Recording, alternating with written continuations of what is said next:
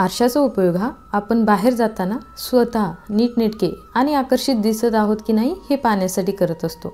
वास्तुशास्त्रानुसार सुद्धा आरशाचे खूप महत्त्व आहे. आरसा हा घरातील सकारात्मक ऊर्जा वाढवतो आणि घरातील नकारात्मक ऊर्जा कमी करतो. आरशामध्ये धन आणि संपत्ती आकर्षित करण्याची ताकद असते. पण हाच आरसा जर योग्य जागेवर आणि दिशेकडे तोंड करून नसेल तर याचा घरातील सदस्यावर विपरीत परिणाम होतो आणि हाच आरसा घरामध्ये दुर्भाग्य आणण्यासाठी सुद्धा कारणीभूत ठरू शकतो.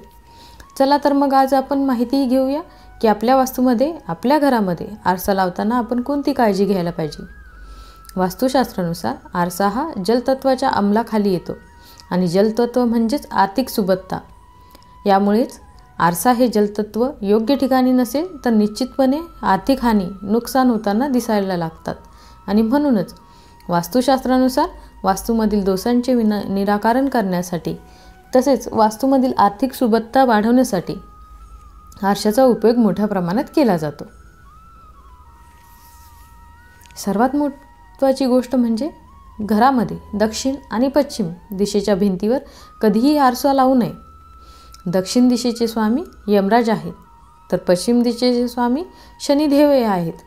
हे दोघेही राक्षसी प्रवृत्तीचे असल्यामुळे या दिशेला जर आरसा लावला असेल तर घरामध्ये नकारात्मक ऊर्जा निर्माण करतात. यामुळेच फारच नुकसान होते.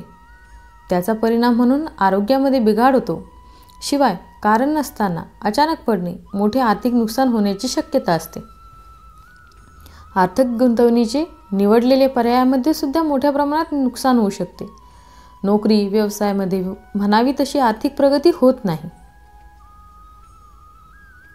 वास्तूमध्ये असणारी उत्तर, ईशान्य आणि पूर्व या दिशा प्रचंड सकारात्मक ऊर्जा निर्माण करणाऱ्या असतात. त्यामुळेच उत्तर, ईशान्य आणि पूर्व दिशेमध्ये आरसा लावणे हे कधीही फारच लाभदायक.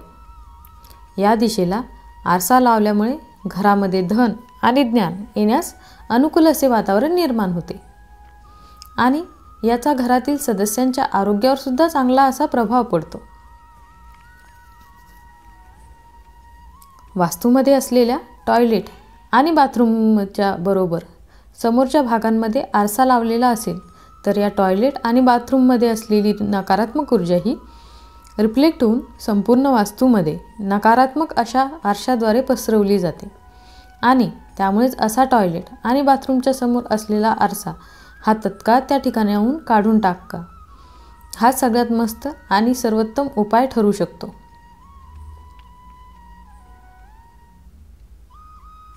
बेडरूममधील आरशाची जागासुद्धा फार महत्त्वाची असते.